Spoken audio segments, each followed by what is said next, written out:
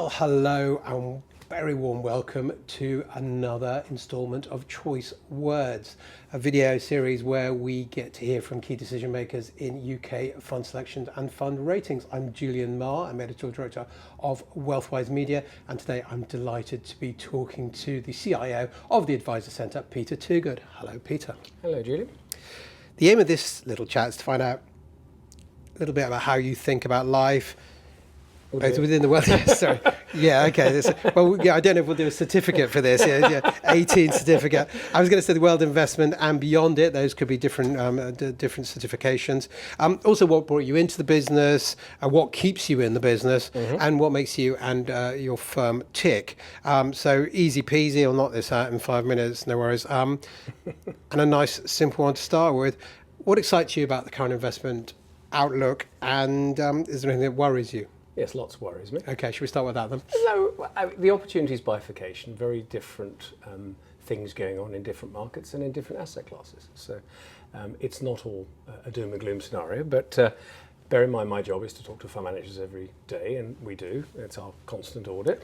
And if I was to take fixed income as a very good example, there is no spread in investment grade and there's no spread in high yield. And when you're talking to managers whose main job is to excite their customers with nice big fat yields, they've got a bit of yield, but they haven't got much on top of that yield. You know, your government bond is where it is, and your sort of excess for getting an investment grade or a high yield bond into your portfolio is not that auspicious. So nervousness, I would say, on the fixed income element. Second element of nervousness would definitely be US equities. You walk into next year on the second highest P multiple since 2000. You have a higher price to sales and a higher price to book ratio. You don't start in a good place on a valuation basis on the back of that. Now, against that, obviously, is the same old thing about the potential for deregulation, for Trumponomics, should we call it that now? I don't think it's been badged that yet. No, that's where fine. there may be some more freewheeling approaches to markets. And then the rest of the world, which is not in the same place. The rest of the world cannot be described as overtly expensive. It's not desperately cheap, but if you take the UK, 12 times earnings, you take Europe, 13, 14, Japan, the same, opportunities abound within those markets.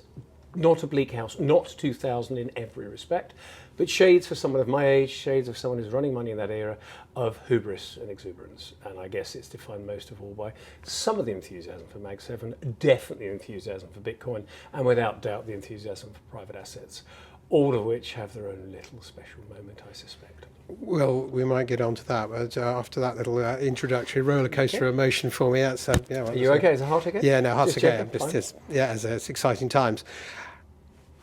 As you say, you're seeing out and about, seeing fund managers left, right, and centre. What do you most look for when in an individual investment, an individual fund? What when you're writing it up, and what do you see as potential red flags? Okay, it's owned by a person. It can be a team, but predominantly, we haven't changed for.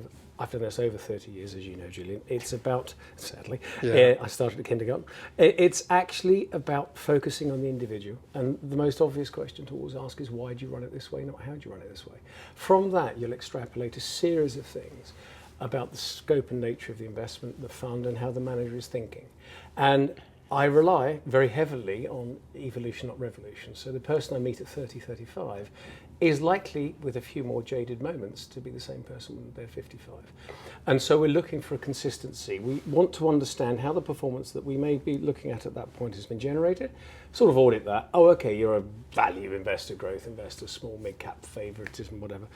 We can check that. And then we can just audit through time to see a consistency. And what we want to see is, we've badged you this, we've characterised you this way, whatever you may be, again, the collective or the individual. We want to see a consistency in that. And that allows us to be not surprised when it's a deep value rally and all our value recommendations are flying. Or it's a deep growth moment and all the growth stocks are flying, or sorry, the growth funds are flying. By the way, at the moment, they're not all, which is another caveat. But the point being that we're just looking for consistency. And it's all about an audit. It goes back to me as a failed accountant, as you know.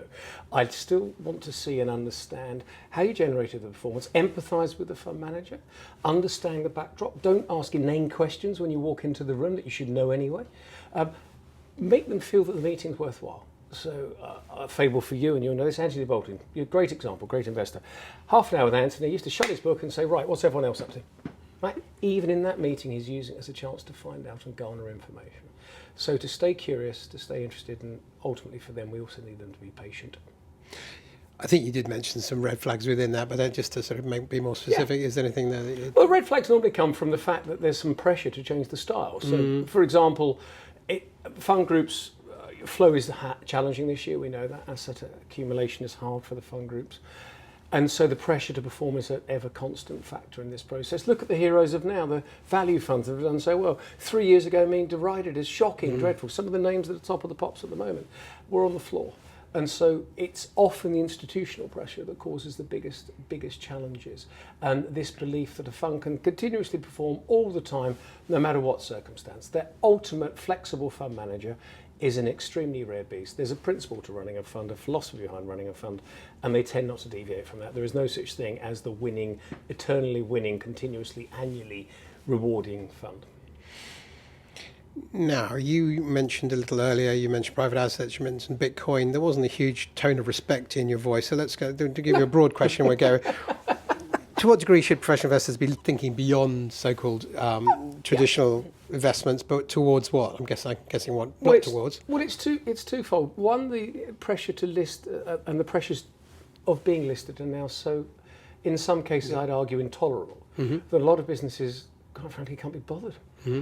There's not a big capex cost to setting up most businesses these days. It tends to be the thing in here that drives most of the IP of businesses these days. Obviously, it's that motivates individuals. So there's no particular reason for companies necessarily to list. Secondly, the institutional pressures are immense. So I can see and understand the private assets route has a lot to recommend it. Yeah. I think the problem is, it's as usual what we've done is managed to lever all that.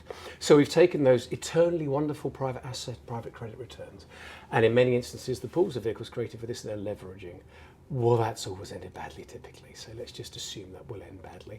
And when you hear things like the NAV will grow into its opportunity, you mean it's down right now, then okay, you're in that mode, so some nervousness there.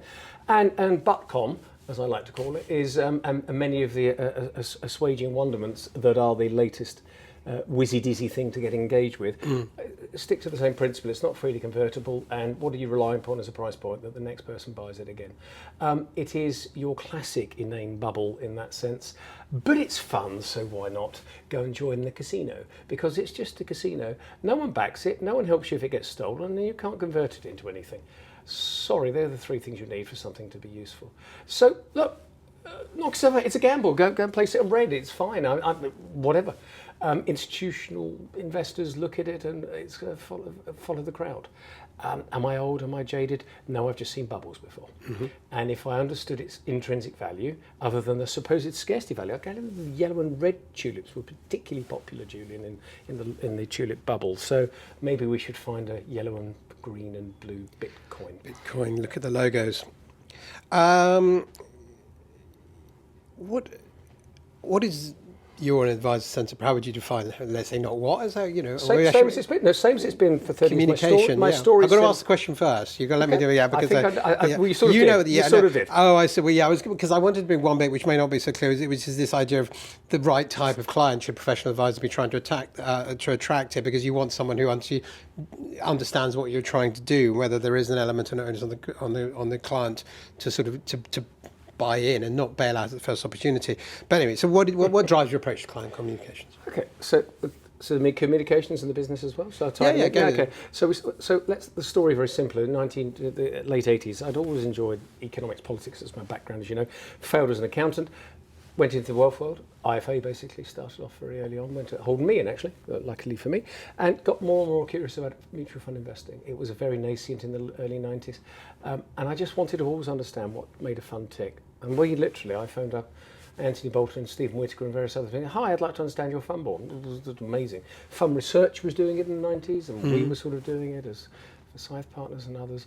And so just always stay curious about understanding a fund. And if you want the honest truth, from then to now, nothing's changed. It's just become web-based. It's become perhaps more efficient in terms of the way we can do the communication, but the basic tenet is the same. Walk into a room, talk to fund managers, understand the process, write a document on it, and not be surprised in any different market environment. So most of the time we spend saying, we think we've captured this fund, let's make sure we have, and let's just repeat that process of understanding that we have got the right characterization of our fund. So that drives that, then leads neatly onto your question on what kind of investor. Any kind of investor who's curious. Any kind of investor who would like to understand at least an opinion, our opinion, backed by some decent experience of a fund, what it's trying to do, how it's managed, and then where it fits into your portfolio, which is the two things we do as part of the Advisor Centre. We try to give a good reference point for the management of the fund, summarise the RFP if you wish. On the other side, our instinctive opinion of what kind of fund it is, where it fits into a portfolio and its characteristics in terms of how it performs in the market. So we're trying to bring as much as we can onto a single page, just to say to people, okay, there's your starting point if you like. We've tried to summarise the 28 million page RFP and the 100 million opinions that might come about a fund. And we're just trying to give a neat starting point for everybody. So the answer is it can be anyone who's curious. The bulk of our audience is professional investors to the extent that they will be perhaps linked to our industry. They're mostly, or nearly all advisors who will come along. Some will use it carte blanche. Yes, that's lovely. Put it in the back of the client pack. Others will use it perhaps as an initial DD starting point to then do more work. But that tends to be the audience. It's multifaceted. It's not just singular. Excellent. And you mentioned how you got involved. You were talking about failed accountants. Failed accountant tried investment. I'm a failed lawyer. Tried journalism. But that's the forward CV. There's our link. There we go. But and you found your way into, and like me, mightily relieved you did take this one. But if you hadn't been doing what you're doing now, where do you think you'd be? I think it would still be in finance. Okay. I mean, in one shape or form, it would have been finance related because it always interested me. I mean, I was that classic tedious individual reading both National Geographic, The Economist, and the FT at about age 13, 14. Gosh. So I loved all of them. So I'd like to understand the world. I'd like to understand the political world, which you do have to do, especially now. It's never been more pertinent. And then link that in with the finance. I think the problem is a lot of it's over-engineered. Everyone expects to get the CFA. Everyone expects to get perfect academic track records to make a perfect fund manager. Well, that would imply you can go to CEO training school and be a perfect CEO. Well, that's all crap as well, isn't it? It's just not real. And I think one of the problems I would contend is that we are losing some of the basic instincts about what makes a market tick. The sentiment, the market, the trading. I always say to fund managers, great, you can analyse a company, you can probably work out whether it's best in the sector, you might be able to work at a market price. You have no idea how the market's going to feel about it, and you also don't know how to trade it or position size in your portfolio. Those are the things that tend to get lost. It's the position sizing, the risk, and the one most important of all, I'm wrong, my thesis violation, to use an Americanism, has happened. We'll just sell it then and stop holding on and pretending you're right. So sell now, ask questions later, is the one thing I'd say about the best managers I know. They finally get to acknowledge they're wrong. Change, you can always buy it back. First earnings warning, that day, sell. Don't worry about it, come back later. Those are the things I think you acquire, let's call it skill, as time progresses. Experience, no, absolutely. I was interested, you was nicely leading into my next question, which is if you're prepared to admit to an investment mistake, what's the biggest one you're prepared to admit to, and what did you learn from it? Oh, it probably will still be 99. I was running fund of fund money then. I was checking out midway through, late towards 99. Knowing that things had got completely out of control, I'd argue you're not dissimilar to that now. I might be wrong by a month or 2 or 6 months. I feel pretty much the same way, but I don't feel quite as entrenched as I did in 2000. Vodafone was on 48 times earnings in 2000. I mean, hello, wake up. No, it's not that. The opportunity is a relative opportunity. While we're acknowledging that America is perhaps the last relative beacon of the nonsense socio-democratic model, that America is still trying and focused upon, growth. There are some extreme anomalies which in the US market perhaps need to be addressed. Mag 7 are great companies. Some of them are overpriced. Absolutely, yes, it would seem so, wouldn't it? Relative to the opportunities for the next decade, I think that's the key. It's not that they're not great companies. What's the next decade own for a company that's already got a market cap of 3 trillion? You have to be realistic. And yet people hang on to it. It's almost like a comfort blanket. Well, the point is passive's winning. Passive's won. It's won here. It's won in the rest of the world. Some institutional reference points, either way, pensions are constructed, particularly in the UK, encourage this approach. It's just a blanket liquidity into the same stocks, come back and see you next year. And meanwhile, governments fluff it over by just spending money they don't have and trying to keep the economic cycle elongated for eternity. Have a clear out, please. Capitalism relies upon creative destruction, and it appears to be absent from our current backdrop. Well, then doesn't that must create opportunity for the sort of the people you're speaking to? Well, if you look at the last 3 years, the likes of HSBC and Unilever has done as well as the Mag 7, just no one's noticed. And by the way, that is actually true. So we're looking at a set of stocks that collapsed in 22, have rallied hugely back, in some cases even more so, all on the back of AI, which is, by the way, a fantastic event. But no one can price it because no one really knows what it represents. So, yeah, huge opportunities. And of course there is. But let's get these companies right. The Mag 7 in 2000 were bookshops in Seattle, whatever. They could go global. And they just invested in the internet, which wasn't a huge cost, by the way. And suddenly overnight had a global footprint. Today they're spending hundreds of billions to be the winner in AI. Two things they're missing. A, they're spending that money in the first place. And B, they're crossing across each other's lanes this time. Mm-hmm. As Zuckerberg said, AI is an existential threat to my business, which means it's a threat to everybody else. There was it Highland? There'll only be one winner. Not quite, but something close. There can be only one. There can be only one.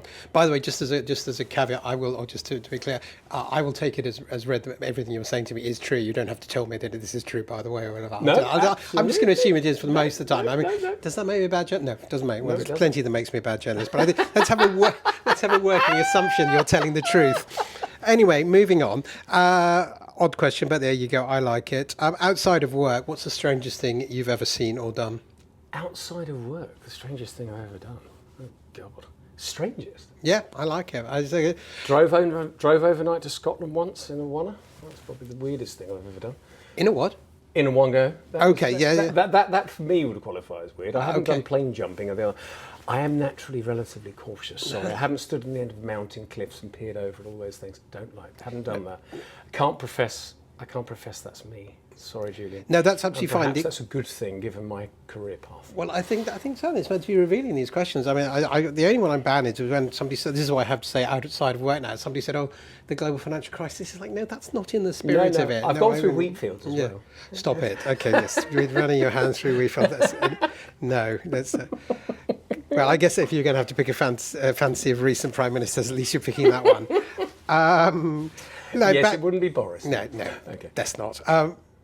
Let's go. Thrown you off, isn't it? Yeah, a little bit. Too many mental images. Let's move on to back to a grown-up question then. What do you see as your best and worst case scenarios for the future of wealth in the UK? Wealth in the UK. There is a growing, despite my caveats about how the socio-democratic model, which perhaps we and the Europeans are pursuing too vigorously at the moment, wealth is being constantly created. We don't see necessarily all of it because it's in the private sector, back to our earlier conversation, but wealth is being created continuously. So the opportunity to service that wealth is ever growing. It's not changing. Underneath this current of government, that we may currently have that's slightly interfering, was it France, 55% of spending done by the government, perhaps a little too much.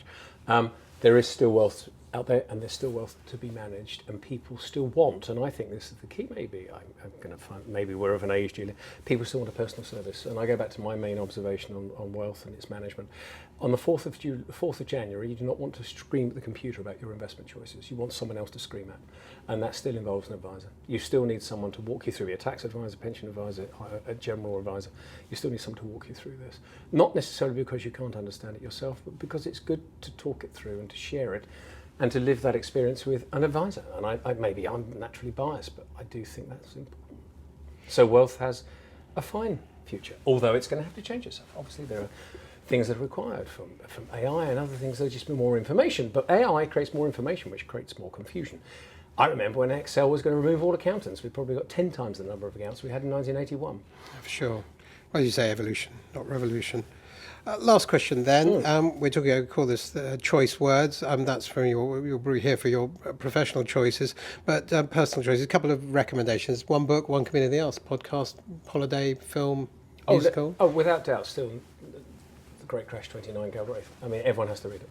The cab drivers and the nurses giving you tips on Bitcoin. Sorry, stocks. No, Bitcoin. No, sorry, it was stocks, wasn't it? I remember now, that's right. Not to buy a wreath. Yes, it's stocks. Brilliant book, summarises the mass psychosis that you can actually get if you try hard enough.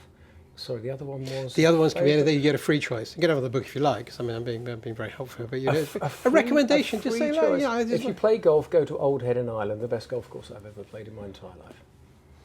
That's the sort of thing we're looking for. Yeah, it means absolutely nothing to me, but I'm hoping there are people watching who go, "Oh my God, that is a great recommendation." It's a fantastic course. There's a top. It's also great scenery, by the way, so even if you don't play golf, you can enjoy the view. There's 3 recommendations for price of 2. Fantastic, great value. And great choices. Peter, thank you so much for talking to us today. Pleasure. And thank you so much for watching. Please look out for other ChoiceWords videos in this series.